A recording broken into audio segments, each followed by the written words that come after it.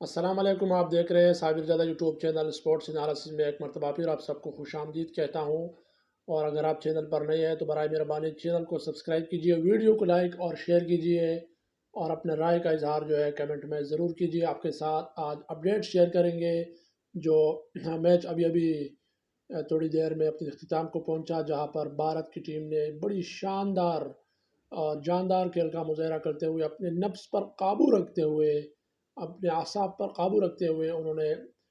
پاکستان کو شکست دے دی ہے۔ آج کے جو انالیسز ہے وہ پاکستان اور بھارت کے درمیان ایشیا کپ کے جو گروپ بی کا جو دوسرا میچ تھا اس پر،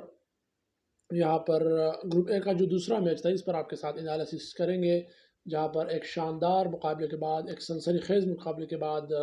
بھارت کی ٹیم سرخرو ہوئی ہے اور پاکستان کو شکست ہوئی ہے، جبکہ بھارت کی ٹیم اب گروپ اے کو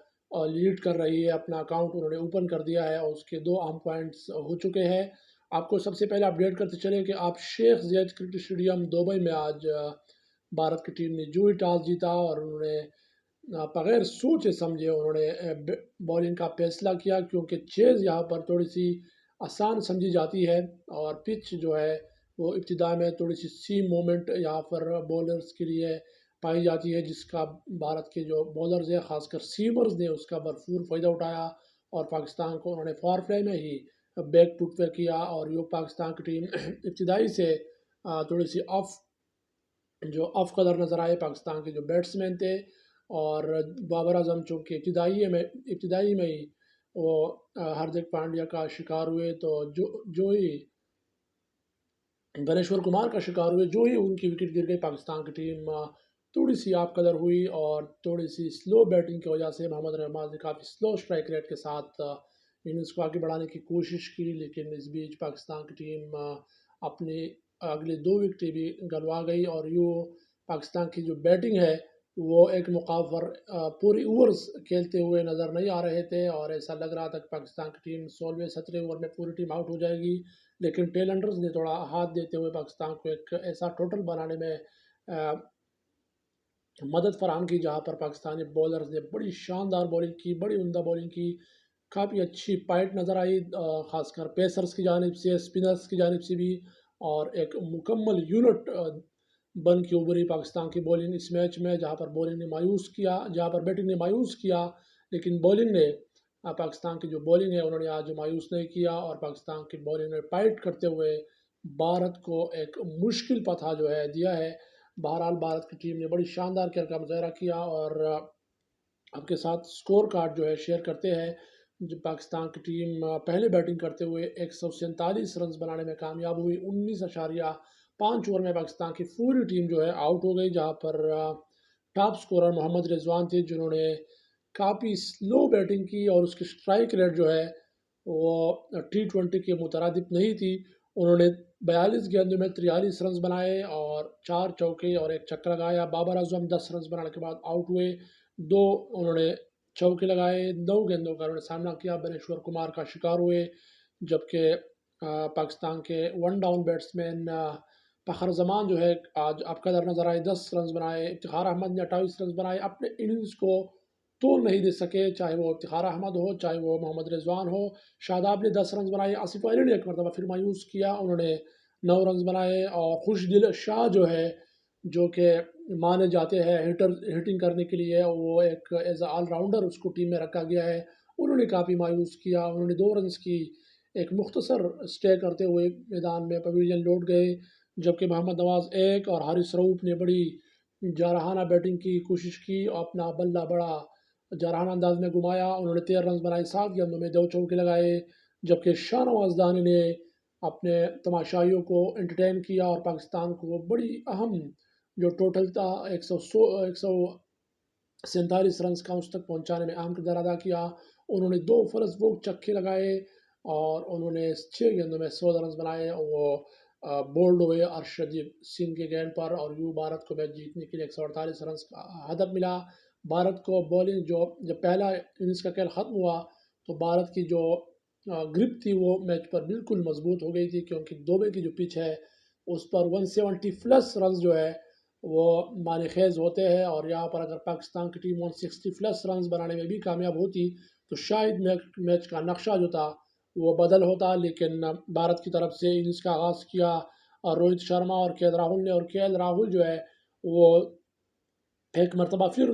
پہلی ہی گیند پر گولڈن ڈک کا شکار ہوئے، اور نسیم شاہ نے بڑا تباہ کن آغاز کرتے ہوئے ان کو بولڈ کیا۔ اس کے بعد وراٹ کوہلی جو آج اچھے ٹچ میں نظر آئے، انہوں نے اپنے کلاس شو کیا، اور انہوں نے روہت شرما کے ساتھ مل کر اپنی ٹیم کو پاور پلے میں مشکلات سے نکال کر 50 رنز کی پارٹنرشپ بھی بنائی۔ وہ 50 رنز کے مجموعی اسکور پر آؤٹ ہوئے، اور انہوں نے 35 رنز بنائے، 34 گیندوں کا انہوں نے سامنا کیا، اور یہ بھارت کے لیے اچھا سائن ہے کہ ایشیا کپ کے پہلے ہی میچ میں جو ہے وراٹ کوہلی جو ہے فارم میں آ چکے ہیں، اور وہ کسی تعارف کے محتاج نہیں ہے۔ دیکھنا یہ ہے کہ اگلے میچز میں وہ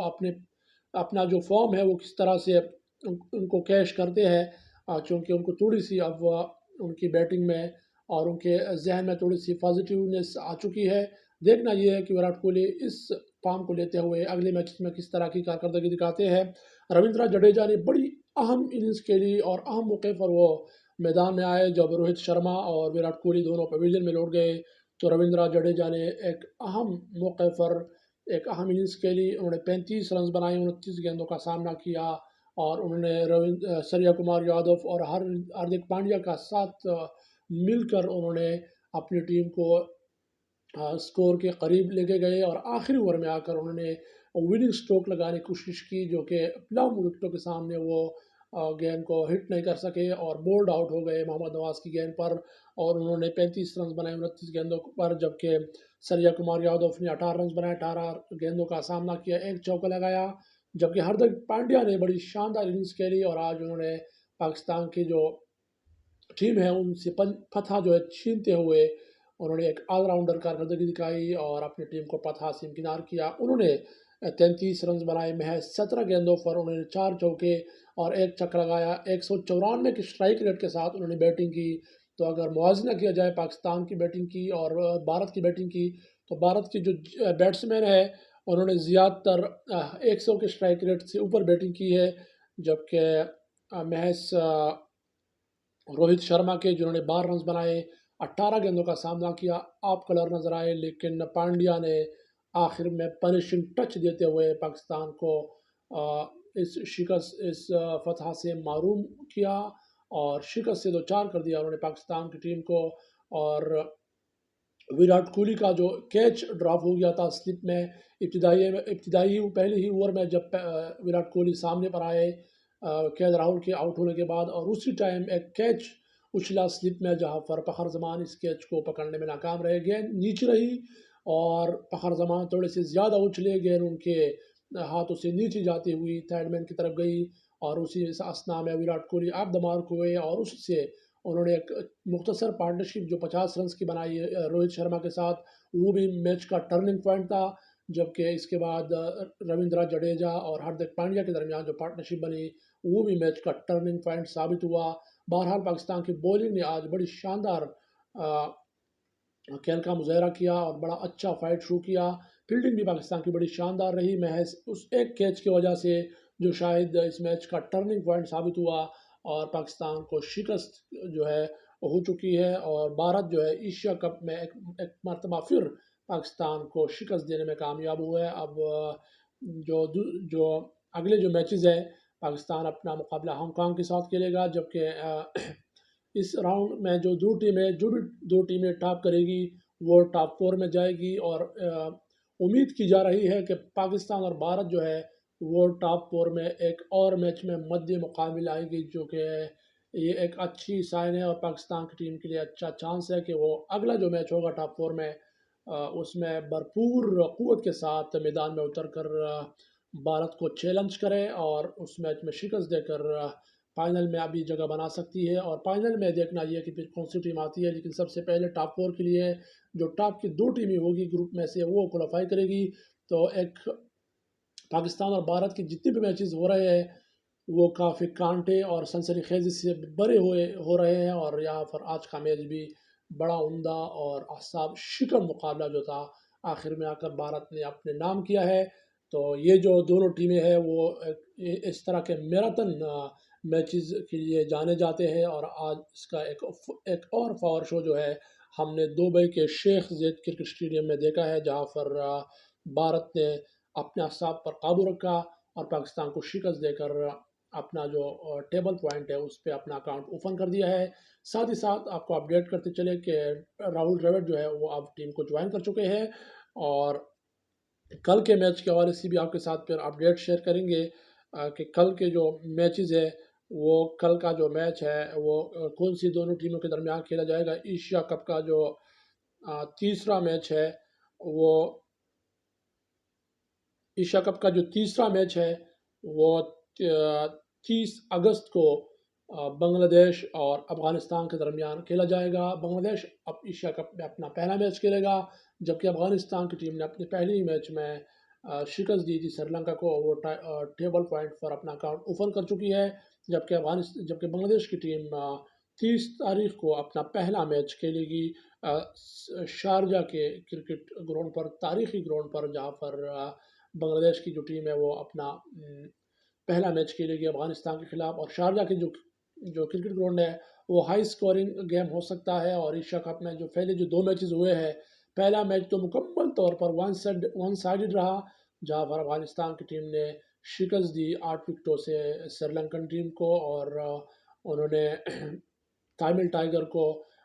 بھرپور طریقے سے دھویا، پہلے اپنی سپن جال میں پھنسایا، اور پھر انہوں نے بڑی جارحانہ بیٹنگ کرتے ہوئے محض 10 اوورز میں یہ ہدف حاصل کیا۔ جبکہ اب دوسرا میچ جو کہ بڑی شاندار اور جس کو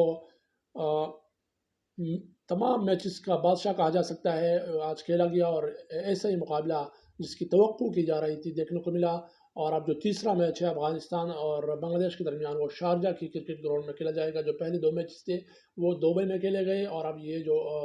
تیسرا میچ ہے وہ اب شارجہ میں کھیلا جائے گا۔ تو دیکھنا یہ کہ شارجہ کی جو پچ ہے وہ کس طرح سے بیہیو کرتی ہے، اور افغانستان کی ٹیم کس طرح سے کارکردگی دکھاتی ہے۔ اگر افغانستان کی ٹیم کل کا 30 تاریخ کو جو میچ ہوگا اس میں کامیابی حاصل کرتی ہے، تو پھر سری لنکا اور بنگلہ دیش میں ٹاپ 2 کے لیے ایک کانٹے کا مقابلہ متوقع ہے۔ مزید ویڈیوز اور تجزیوں کے لیے اپنے میزبان صابر زدہ کے ساتھ رہے گا، مزید بھی اپڈیٹس آپ کے ساتھ شیئر کرتے جائیں گے، اور اب تک کے لیے اتنا ہی۔ اللہ نگہبان۔